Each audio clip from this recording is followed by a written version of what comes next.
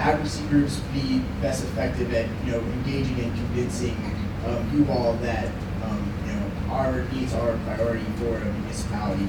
And then for the more grassroots, how did you go from just sort of a world of ideas to formalizing and having specific asks? And I know a lot of you worked on getting grants. How did you more formalize your processes? I'll say this, I think the way Mayor Talrico did it with his green team and forming committees and really getting an organic buy-in from the community is the most powerful way to do it. I kind of did it from the top down, and one of the sources of my power was the Two River Council of Mayors, which is 9 mayors, and we all put together a resolution. So as far as the advocacy goes, we're trying to get, what we are is in a process of evolution. So the roads were built, right, and they were dirt, and then cyclists came along, and they advocated for paving the roads, right? And then there was actually an advocate early on by the name of Louis Chevrolet, and he was one of the main advocates for paving roads so the pneumatic tire could roll across it more easily. And then he found out you could put a motor on these wheels, and he went off and started a little auto company. Things have evolved since then, and what has happened is the automobile has now taken primacy.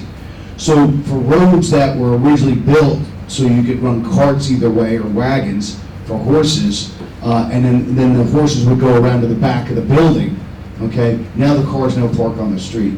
The toughest part is evolving, all right, to get the cars parked off the street and into the backyards. And that's one of the things I'm encountering right now, there's tremendous resistance. No, I want to keep my car parked out on the street because that's the way it's always been, but you've got this gigantic backyard and you have a garage back there which is falling over, which used to have horses in it, and now you have it filled with grandma's, old furniture.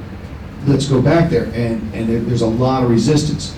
But if you can evolve your society to that point, now you have a curb, a bike lane, 11-foot cartways either side, and then another one. It dramatically changes the way society moves through the streets. And I'll go back to Secretary of Transportation Anthony Fox's message, places matter, okay? And when you do this, you create places that people can access, whether they're walking, riding, or driving. And that really brings a community together, because these hard roads with 4 lanes do separate us, and that's not good for society. So it's a big picture, but you've got to put it out in front of them and start discussing how do we get from here to there. Right? And one thing that I would say, and I know as I'm saying this, it's going to sound offensive, so I don't mean it. I just don't know how to say it not offensive. The people, I've been doing this for 12 years. When people come to a meeting and they have ideas, even if you're in framed groups, you're going to be heard. But over my 12 years, I've had people come to meetings screaming and dancing, and and at that point it turns everybody off.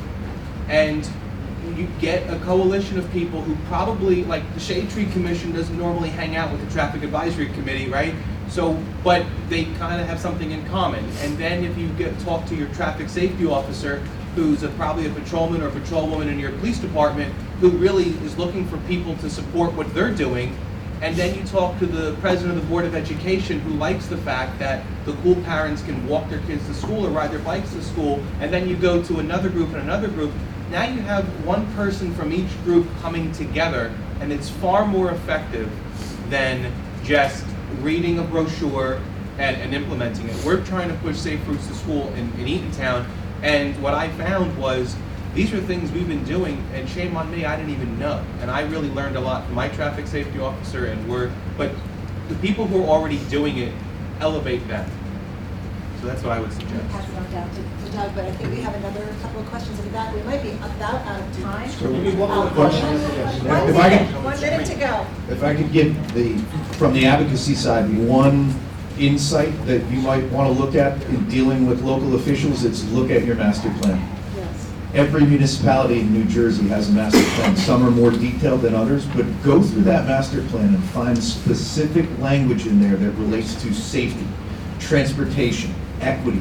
Find that language, even if it's just one word or one sentence, and show your local officials that language and say, here, this is what our master plan says we want to be, and now I can hold your feet to the fire and say, do what's in our master plan, take that language and make it happen. So you study your master plan very closely and use that language to gain some leverage. One last question. So, One last question. Gentleman from Neptune, you mentioned a 50 percentile. There is a newer tool.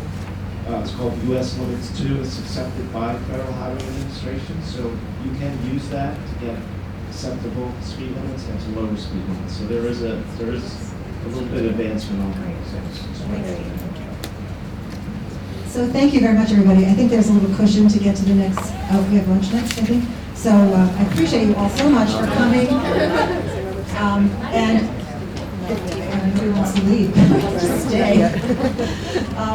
This panel has been terrific. I love that we all represent different kinds of municipalities. And I hope that you all have a takeaway, some tools to take home. And speaking of taking home, please take materials that are on the table. The white one is a sticker. The others are just pieces of information that we constantly scatter around our city for visibility. Thank you, Paul. Thank you.